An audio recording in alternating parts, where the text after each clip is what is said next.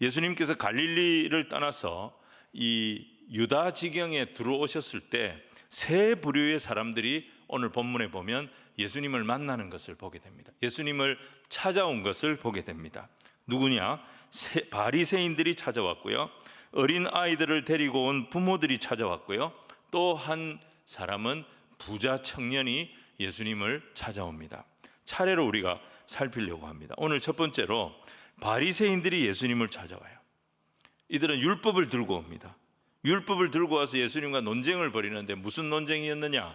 소위 이혼 논쟁을 벌이는 것을 보게 됩니다.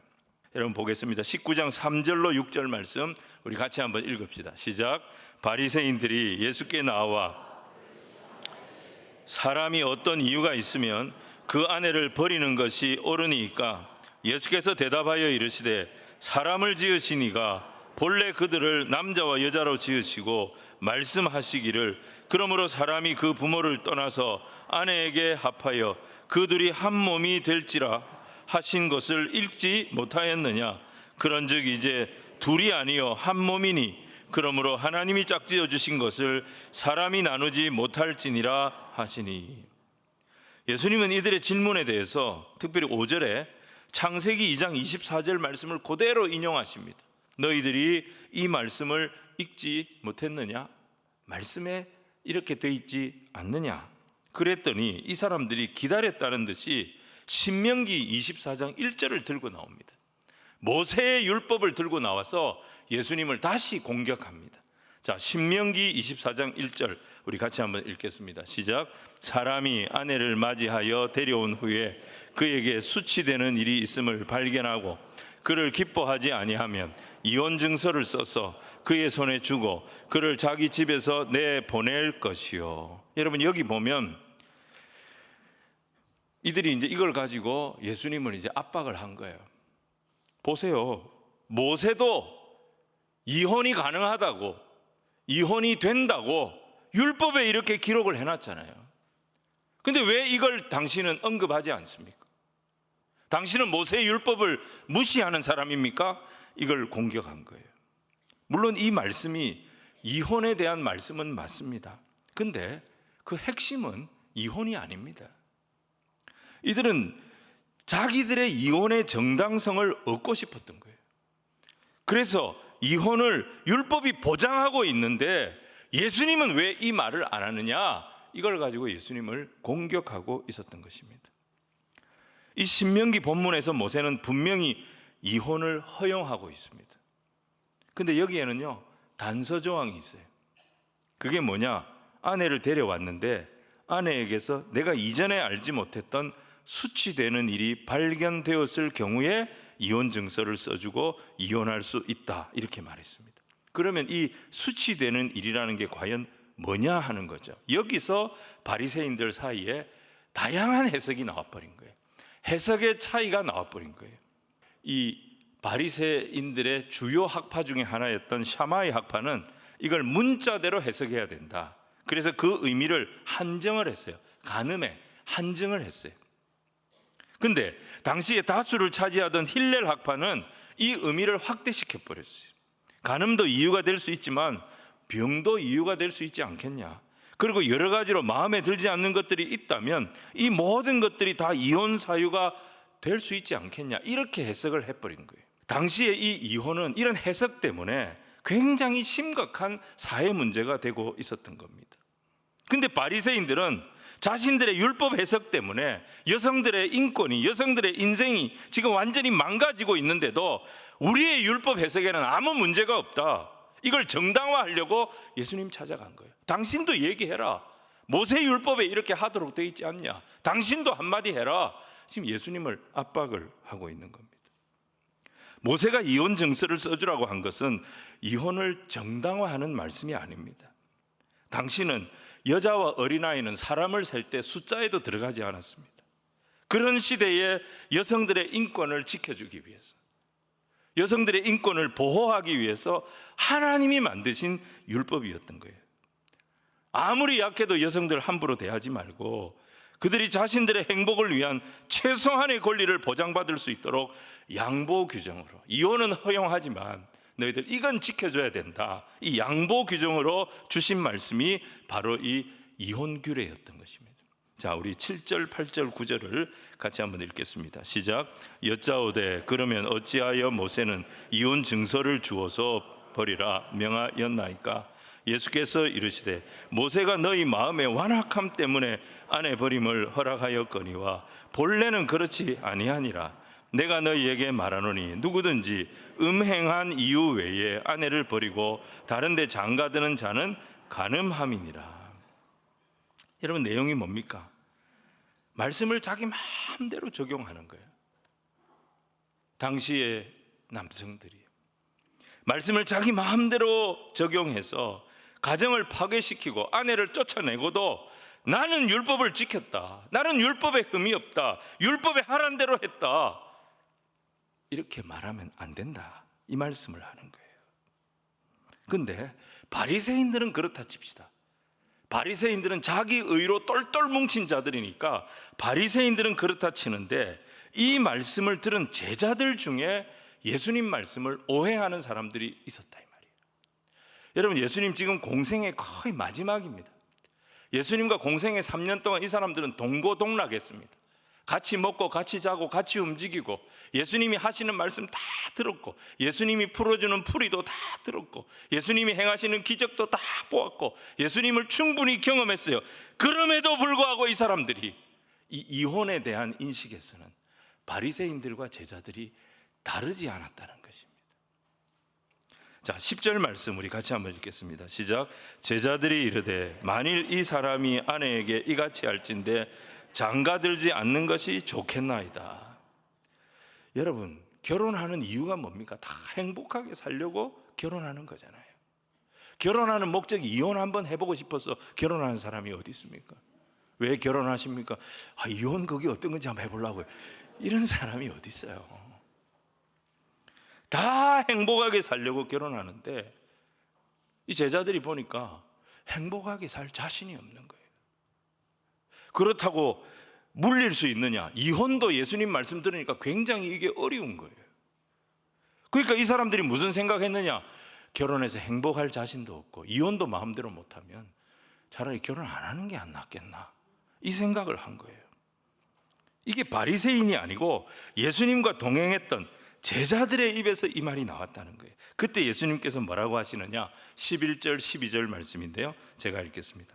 예수께서 이르시되 사람마다 이 말을 받지 못하고 오직 타고난 자라야 할지니라.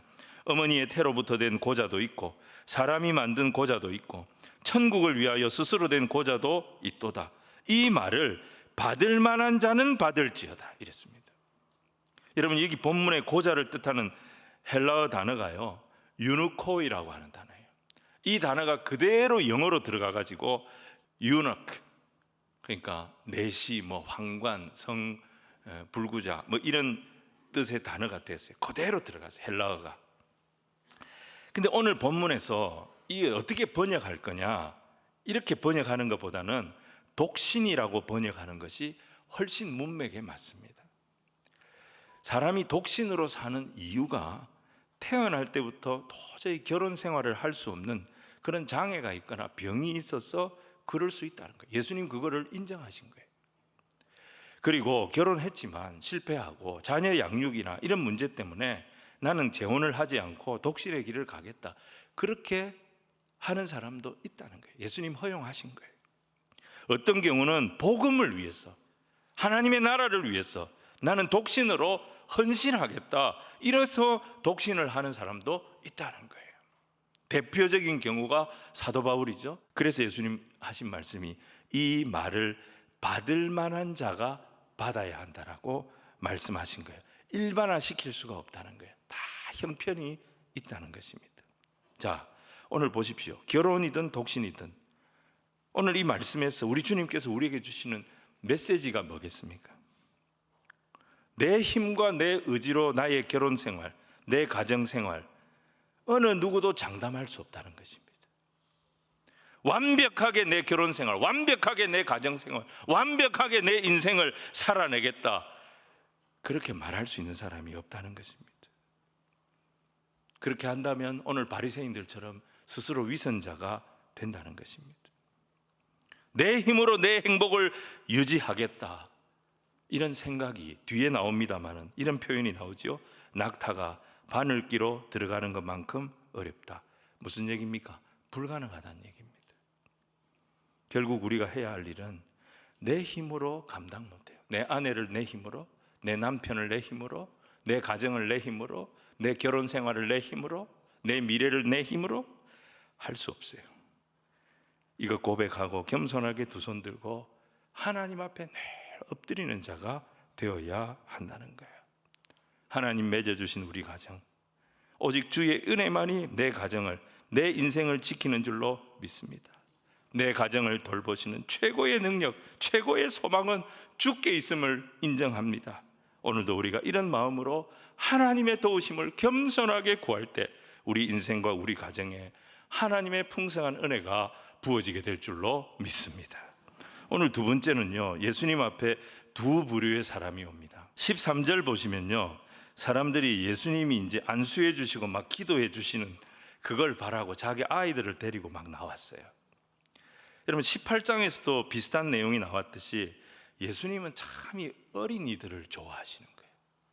어린아이들을 좋아하세요. 천국에서 누가 크냐 제자들 사이에 논쟁이 일어났을 때 어린아이 하나를 딱 데려다 놓고 이 어린아이 같아야 천국에서 큰 자라고 말씀하셨어요. 그리고 오늘 본문에도 예수님 어린이들을 너무너무 좋아했어요. 어린이의 특징이 뭐예요? 어린이의 특징은 약한 거예요. 어른이 밀어버리면 넘어집니다. 야단치면 눈물을 쭉 흘리고 주눅이 듭니다. 너무너무 부족합니다. 아는 게 없습니다. 그래서 어린아이는 어른을 의존해야 되고 부모를 의존할 수밖에 없습니다. 의존할 사람이 아무도 없는 어린아이는 정말 불행한 아이가 되는 것입니다. 여러분, 이 모습, 이 아이의 부모들이 자기 아이들을 예수님 앞에 데려가고 싶었어요. 예수님 기도해 주세요. 예수님 안수해 주세요. 우리 아이 예수님 은혜에 의지할 수밖에 없어요. 약하기 때문에, 부족하기 때문에 이 아이를 주님께서 안아주세요. 그래서 데리고 나왔는데 제자들이 막아버린 거예요. 제자들의 생각은 뭐였겠습니까? 이 아이들은 어려서 아직 예수님을 만날 조건을 갖추지 못했다는 거예요. 예수님 만날 자격이 안 된다는 거예요. 이 아이들은 아무 도움도 안 되고 말을 해도 무슨 말인지 못 알아듣고 떠들기만 떠들고 분위기 산만해지니까 이 아이들이 여기 와가지고 도움될 게 없다는 거예요. 근데 예수님 생각은 달랐어요. 아이들이 오는 거 금하지 못하게 했습니다. 오히려 이 아이들처럼 온전히 하나님의 은혜를 구하고 하나님 앞에 나와서 안수받고 기도받고, 바로 이런 모습이 천국에 합당한 자의 모습이라고 아이들을 부르셨던 것입니다. 반면에 오늘 세 번째 나오는 인물, 이 부자 청년을 한번 보십시오. 이 청년은 너무너무 완벽합니다. 이 청년이 예수님 앞에 와서 16절에 진지하게 질문합니다. 우리 같이 한번 읽겠습니다. 시작.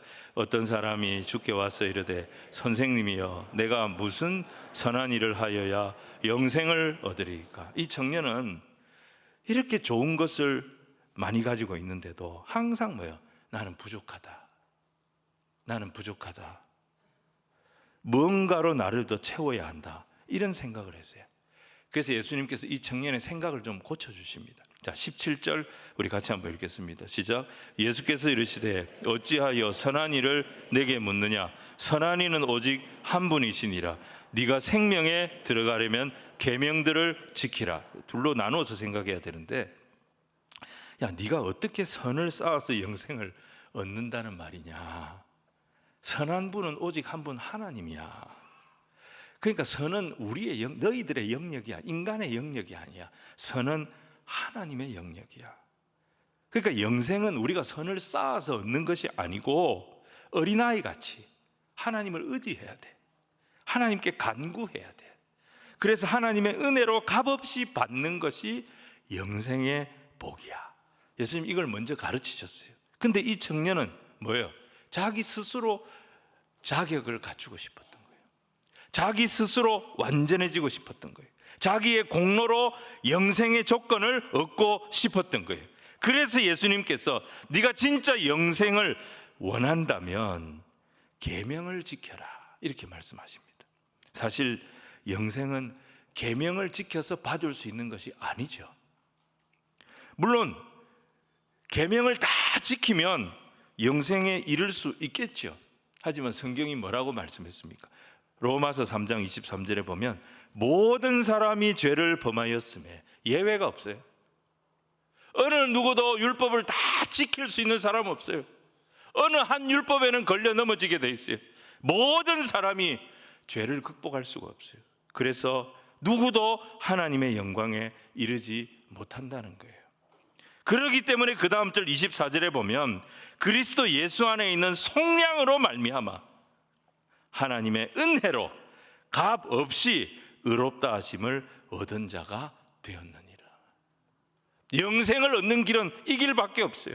예수 그리스도 안에 있는 속량, 예수 그리스도 안에 있는 구속, 십자가의 은혜, 하나님의 이 은혜로 값없이 아무것도 한 것이 없는데 하나님께서 이 은혜를 선물로 우리에게 주신 거예요.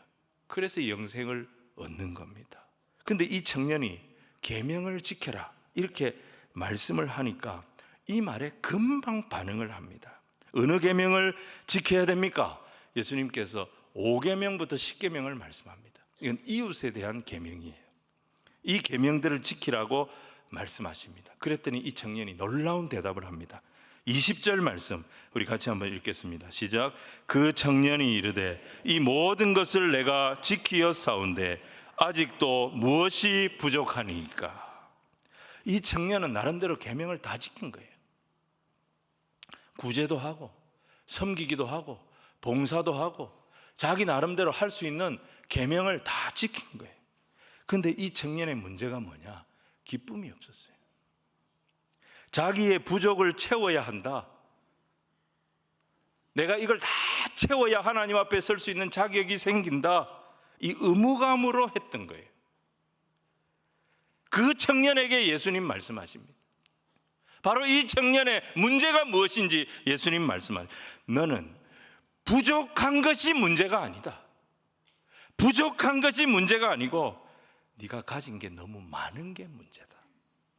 네 소유를 다 팔아서 가난한 자들에게 주고 나는 네가 아무것도 없는 빈 마음이라도 좋으니까 빈 마음이 돼서 내 제자가 될 수 없겠냐. 예수님 이 말씀을 하시니까 이때부터 이 청년이 어쩔 줄을 몰라 합니다. 근심하다가 가버렸다 그랬어요.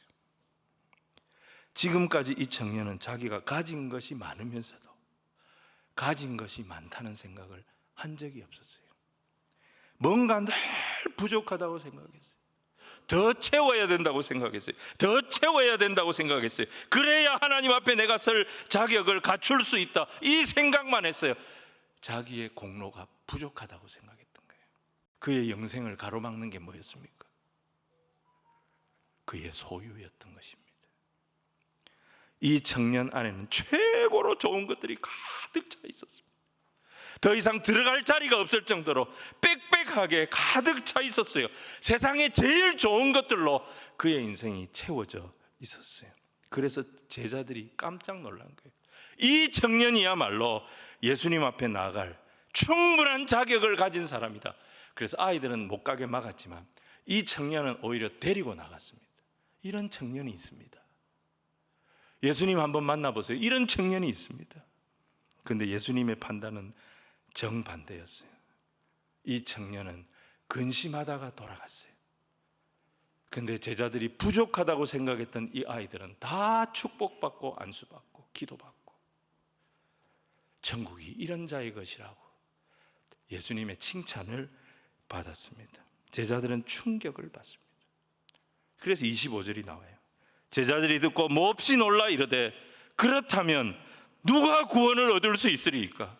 이런 청년도 구원을 받지 못한다면 세상에 누가 구원을 얻을 수 있다는 말입니까? 제자들은 이해가 안 되었던 거예요. 왜 그렇습니까? 이 청년은 자기 스스로 옳다 여기는 것들, 하나님 앞에 내 공로로 인정이 될 만한 것들, 이것만 생각했어요. 어떻게 하면 이것들을 내 인생에 가져올 수 있을까? 이 생각만 했어요. 그랬기 때문에 뭐가 들어갈 자리가 없는 거예요. 하나님이 들어갈 자리가 없어요. 하나님의 은혜가 들어갈 자리가 없어요.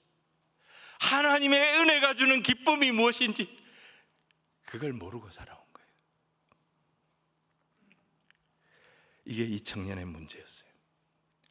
여러분, 존 비비어 목사님이 쓴 책 중에 무엇이 선인가라는 두란노에서 나온 책이 있어요. 번역이 됐어요.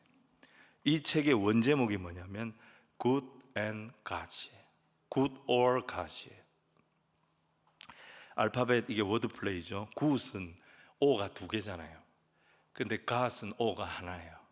비슷한 단어인데 완전히 다른 거예요. 우리가 무엇을 선택하느냐? Good을 선택할 거냐? God을 선택할 거냐? Good은 뭐예요? 내 보기에 좋은 거예요. 내가 원하는 거예요. 그걸 선택할 건가? 그게 선인가? 아니면 하나님을 선택할 건가? 이게 선인가? 비비어 목사님 책에서 이렇게 말합니다. 에덴 동산 하와의 눈앞에는 보암직도 하고 먹음직도 하고 지혜롭게 할 만큼 탐스럽게도 보이는 선악을 알게 하는 나무의 실과들이 있었습니다. 하지만 누가 봐도 선해 보이고 좋아 보이는 그 조건을 보고 선택한 열매들이 아담과 하와를 낙원에서 쫓겨나게 만들었습니다. 여러분, 이 청년도 마찬가지예요. 자기가 보기에 좋은 것들 너무 많았어요. 그거 가지고 하나님 앞에 나가면 하나님 앞에 칭찬받고 인정받을 만한 그런 좋아 보이는 것들이 많았습니다. 그런데 그 좋아 보이는 것들이 실상은 자기와 하나님의 관계를 멀어지게 하고 있는 거예요. 하나님의 은혜를 막고 있는 것이었습니다. 그래서 24절 예수님이 이 말씀을 그래서 하신 거예요. 다시 너희에게 말하노니 낙타가 바늘기로 들어가는 것이 부자가 하나님 나라에 들어가는 것보다 쉬우니라 하시니, 무조건 돈이 많기 때문에 하나님 나라에 들어갈 수 없고 천국에 들어갈 수 없다는 말씀을 하시는 게 아니에요. 좋은 것, 자기 눈에 보암직도 하고 탐스럽기도 하고 먹음직도 한 내 눈에 좋아 보이는 것들, 이것들로 가득 찬 인생은 아무리 돈이 많아도 아무리 가진 것이 많아도 하나님의 나라에 들어가는 것은 불가능이다, 이 말씀을 하신 겁니다. 그래서 우리의 인생은 쌓아놓는 게 아닙니다, 여러분. 죄와 욕심은 회개해서 씻어버려야 되고요, 재물은 계속 하나님 나라를 위해서 사용하는 것입니다. 나누는 것입니다. 내 안에 내가 좋아서 꽉꽉 채워 놓았던 것들, 그거 놔두면 절대 내 거 안 됩니다. 아무리 쌓아놔도 그대로 두면 그거 절대 내 건 안 됩니다. 그런 얘기를 합니다. 모은 것이 내 것이 아니라 내가 쓴 것이, 내가 베푼 것이 진정 내 것이다. 나누고 베풀고 섬기면서 계속 우리를 비우는 것입니다.